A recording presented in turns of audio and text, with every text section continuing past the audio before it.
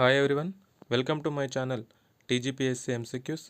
ఈరోజు మనం ఈ వీడియోలో జీకే మరియు కరెంట్ అఫైర్స్ గురించి అయితే తెలుసుకుందాం ఫ్రెండ్స్. మనకి రాబోయే ఎగ్జామ్స్లలో జీకే కరెంట్ అఫైర్స్ అనేటివి చాలా ముఖ్యం కావున మనం జీకే కరెంట్ అఫైర్స్పై పట్టు సాధించడానికి డైలీ వైజ్గా బిట్స్ అయితే ప్రాక్టీస్ చేద్దాం.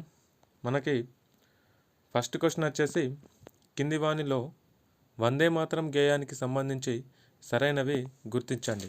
ఆప్షన్ ఏ, 1875 నవంబర్ 1న బంకించంద్ర చటర్జీ ఆనంద్ మఠ్ అనే నవలలో వందే మాతరం గేయాన్ని రచించాడు. ఆప్షన్ బి, స్వాతంత్ర ఉద్యమంలో భారతీయుల్లో స్ఫూర్తి నింపిన వందే మాతరం గేయానికి నవంబర్ 7, 2025 నాటికి 150 సంవత్సరాలు పూర్తి కానున్నాయి. నవంబర్ 7, ఆప్షన్ సి వచ్చేసి నవంబర్ 7, 2025 నాటికి వందే మాతర గేయం 150 ఏళ్ళు పూర్తి చేసుకున్న సందర్భంగా విద్యాలయాలు, ప్రభుత్వ కార్యాలయాల్లో వందే మాతర గేయం ఆలాపన చేయడం జరిగింది. ఆప్షన్ డి, వందే మాతర గేయం 150 ఏళ్ళు పూర్తి చేసుకున్న సందర్భంగా వచ్చే ఏడాది నవంబర్ 7, 2026 వరకు దేశవ్యాప్తంగా వేడుకలు నిర్వహించాలని సాంస్కృతిక శాఖ నిర్ణయించింది. అయితే మీరు ఆప్షన్స్ అయితే గమనించండి ఫ్రెండ్స్, ఎందుకంటే ఇది మనకి వందే మాతరానికి సంబంధించి రాబోయే ఎగ్జామ్లో ఖచ్చితంగా బిట్ అయితే ఉంటుంది. కావున మీరు ఆన్సర్ చూసి కామెంట్ రూపంలో తెలియజేయండి. ఆలోపు మనకి వందే మాతరానికి సంబంధించి చిన్న ప్రాముఖ్యాన్ని అయితే తెలుసుకుందాం. ముందుగా మనకు వందే మాతరం ఉద్యమం అనేది 1905లో అయితే స్టార్ట్ కావడం జరిగింది. మరి 1905లోనే ఎందుకు స్టార్ట్ అయిందంటే అప్పుడున్న బెంగాల్ అప్పుడున్న governor general of India lord Curzon గారు బెంగాల్ విభజనకు సంబంధించి అధికారిక ప్రకటన విడుదల చేయడం జరిగింది. ఈ ప్రకటనకు విరుద్ధంగా ప్రజలందరూ సామూహికంగా వీధుల్లోకి వచ్చి వందే మాతరం గేయాన్ని ఆలాపన చేయడం జరిగింది. కావున ఆ రోజు నుంచే మనకి వందే మాతర గేయం అనేది అధికారికంగా ప్రకటించడం జరిగింది. నేటికి అంటే నవంబర్ 7, 2025 నాటికి వందే మాతర గేయం 150 సంవత్సరాలు పూర్తి చేసుకోవడం జరిగింది. కావున చాలా ఇంపార్టెంట్ ఫ్రెండ్స్, ఇది మోస్ట్ ఇంపార్టెంట్ బిట్. ఇది రాబోయే ఎగ్జామ్లో ఖచ్చితంగా ఈ బిట్ అయితే ఉంటుంది. మనకి ఇప్పుడు ఆన్సర్ వచ్చేసి option A ABC, option B ABD, option C BCD, option 4 ABCD. మనకి ఇక్కడ ఆన్సర్ వచ్చేసి ఆన్సర్ 4 ఏబిసిడి. ఆన్సర్ వచ్చేసి ఏబిసిడి. మనకి నెక్స్ట్ క్వశ్చన్ వచ్చేసి, రైతు నేస్తం కార్యక్రమంలో భాగంగా professor Jayashankar Telangana state agriculture university నిపుణులచే ఏ రోజున శిక్షణ కార్యక్రమాలు నిర్వహించబడుతున్నాయి? రైతు నేస్తం కార్యక్రమం అనేది ఏ రోజున నిర్వహించబడుతున్నాయి? ఆప్షన్ ఏ శుక్రవారం, ఆప్షన్ బి సోమవారం, ఆప్షన్ సి బుధవారం, ఆప్షన్ డి మంగళవారం. మనకు ఆన్సర్ వచ్చేసి ఆప్షన్ డి మంగళవారం. మనకు ఆన్సర్ వచ్చేసి ఆప్షన్ డి మంగళవారం. రాష్ట్రంలోని రైతు వేదికల్లో ప్రతి మంగళవారం రోజున రైతులకు రైతు నేస్తం కార్యక్రమం ద్వారా అవగాహన అయితే కల్పించడం జరుగుతుంది ఫ్రెండ్స్. మనకి నెక్స్ట్ క్వశ్చన్ వచ్చేసి, 2024లో భారత ప్రభుత్వం మరియు ఎన్ఎఫ్డిబి ద్వారా మత్స్యరంగంలో ఉత్తమ పనితీరు కనబర్చిన అంతర్రాష్ట్రంగా అవార్డు పొందిన రాష్ట్రం. మనకు అంతర్రాష్ట్రంగా అవార్డు పొందిన రాష్ట్రం option A Jharkhand, option B Madhya Pradesh, option C Telangana, option D Andhra Pradesh. మనకి ఎన్ఎఫ్డిబి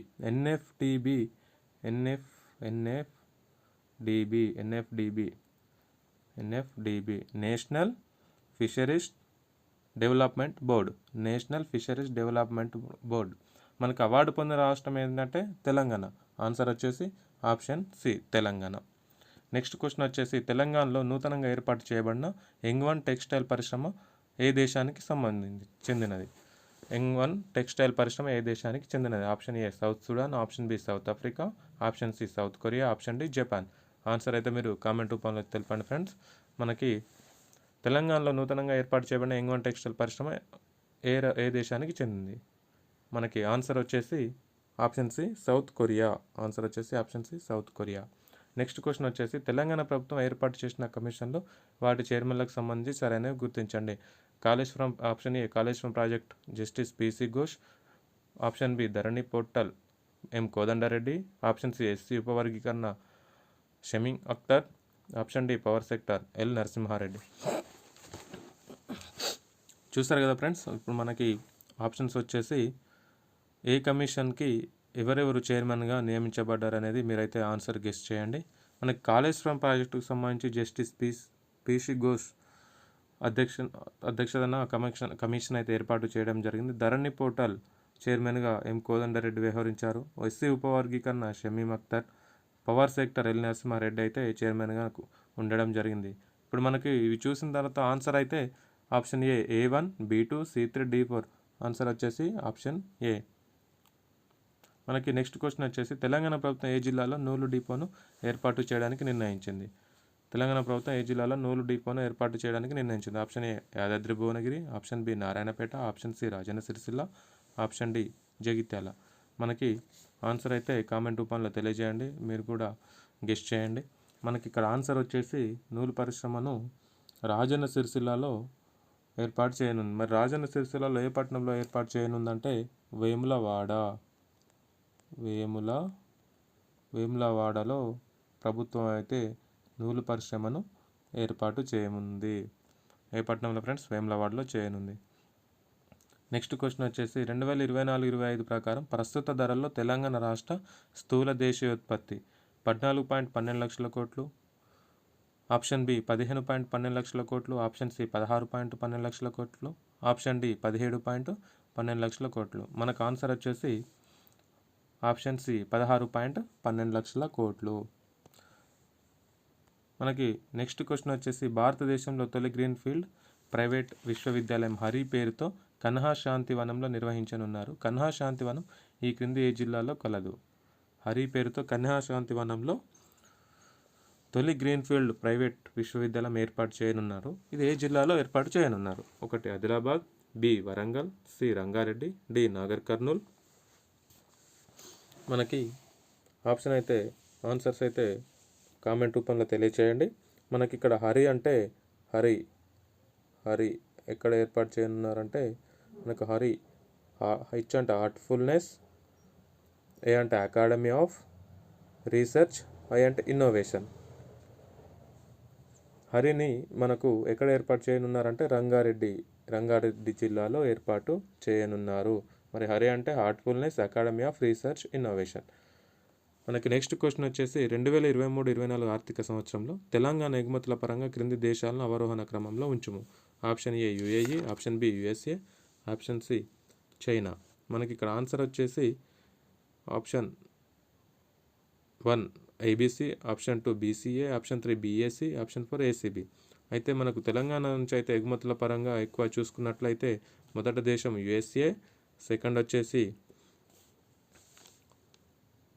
యుఏఈ, థర్డ్ వచ్చేసి చైనా. మనకి ఇక్కడ ఆన్సర్ ఏమవుతుంది ఫ్రెండ్స్? యుఎస్ఏ, యుఏఈ, చైనా అంటే ఆప్షన్ 3. ఆన్సర్ వచ్చేసి ఆప్షన్ 3. మనకి నెక్స్ట్ క్వశ్చన్ వచ్చేసి తెలంగాణ ఎగుమతుల క్రింది జిల్లాలను వాటి పరంగా అవరోహణ క్రమంలో ఉంచుము. ఎగుమతుల పరంగా జిల్లాలను అవరోహణ క్రమంలో ఉంచుము. Option A Hyderabad, option B Ranga Reddy, option C Medchal Malkajgiri, option D Sangareddy, option E Mahabub Nagar.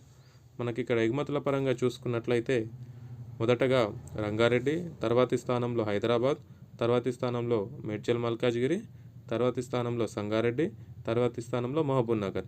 ఇవైతే ఎగుమతుల పరంగా అవరోహణ క్రమంలో ఉన్నాయి ఫ్రెండ్స్. మనకి ఇక్కడ ఆన్సర్ వచ్చేసి ఆప్షన్ 2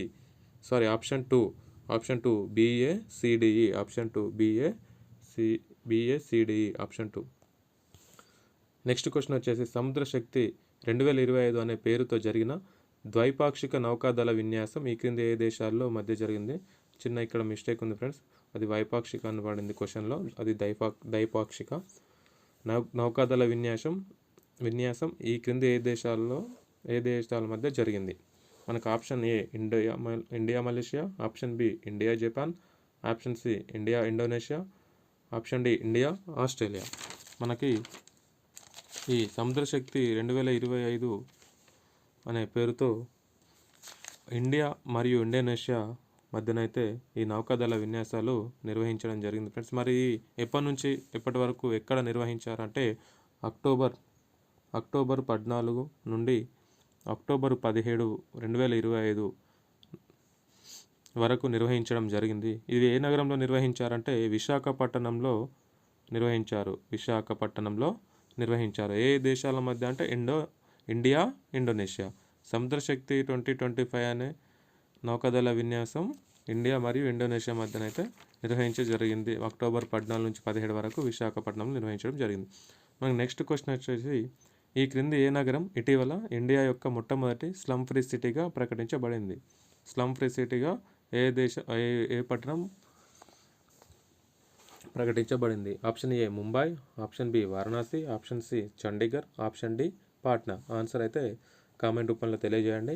ఇప్పుడు మనకు ఆన్సర్ వచ్చేసి ఆప్షన్ సి చండీగఢ్. ఆన్సర్ వచ్చేసి చండీగఢ్. మరి చండీగఢ్ ఎందుకు అంటే గత 12 సంవత్సరాల్లో, గత 12 ఇయర్స్లో 18 కాలనీస్, 18 కాలనీస్ని చండీగఢ్లో డిమాలిష్ చేసి స్లమ్ ఫ్రీ సిటీగా అయితే ప్రకటించడం జరిగింది. మరి చివరగా ప్రకటించిన కాలనీ ఏంటంటే షాపూర్ కాలనీ. షాపూర్ కాలనీని చివరగా డిమాలిష్ చేసి భారతదేశంలోనే మొట్టమొదటి స్లమ్ ఫ్రీ సిటీగా చండీగఢ్ని అయితే ప్రకటించడం జరిగింది. మనకి నెక్స్ట్ క్వశ్చన్ వచ్చేసి, ప్రపంచంలో తల్లి నుండి బిడ్డకు HIV, హెపటైటిస్ బి, సిఫిలిస్ వ్యాధులు రాకుండా సమూలంగా నిర్మించిన మొదటి దేశం? Option A South Africa, option B Zimbabwe, option C Namibia, option D Japan. చూడండి ఫ్రెండ్స్, మనకి ఈ 3 వ్యాధులను సమూలంగా నిర్మూలించిన మొట్టమొదటి దేశం. ఆన్సర్ వచ్చేసి మనకి option C Namibia. Option C Namibia. Next question వచ్చేసి, దక్షిణ భారతదేశంలో మరియు తెలంగాణలో మొదటి సౌరశక్తి గ్రామంగా గుర్తించబడిన గ్రామం ఏది? మొదటి సౌరశక్తి గ్రామంగా తెలంగాణలో గుర్తించబడిన గ్రామం ఏది? Option A Gangadevipalli, option B Ankapur, option C Kondareddypalli, option D Wargal Siddipet. అయితే మనకి ఇక్కడ ఆన్సర్ వచ్చేసి option C Kondareddypalli Nagarkurnool. Option C Kondareddypalli నాగర్ కర్నూల్లో మొదటి సౌరశక్తి గ్రామంగా గుర్తించడం జరిగింది. మనకు చివరి క్వశ్చన్ వచ్చేసి, తెలంగాణ ప్రభుత్వం ఏ తేదీని తెలంగాణ సోషల్ జస్టిస్ డేగా నిర్వహించాలని నిర్ణయించింది? తెలంగాణ సోషల్ జస్టిస్ డేగా ఏ రోజున నిర్వహించాలని నిర్ణయించింది? మనకు ఆప్షన్స్ వచ్చేసి ఆప్షన్ ఏ జనవరి 4th, ఆప్షన్ బి ఫిబ్రవరి 4th, option C March 4th, option D April 4th. మనకి ఇక్కడ ఆన్సర్ వచ్చేసి ఫిబ్రవరి 4th.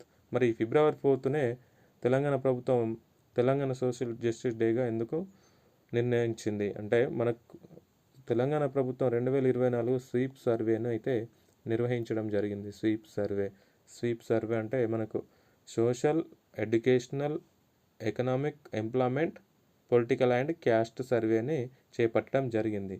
మరి ఈ ఫిబ్రవరి 4th తెలంగాణ రాష్ట్ర ప్రభుత్వం ఈ స్వీప్ సర్వేకి మరియు ఎస్సీ ఉపకులాల వర్గీకరణకు చట్టసభల్లో ఫిబ్రవరి 4th చట్టబద్ధత కల్పించడం జరిగింది. కావున ఈ ఫిబ్రవరి 4th తెలంగాణ సోషల్ జస్టిస్ డేగా నిర్వహించాలని నిర్ణయించింది.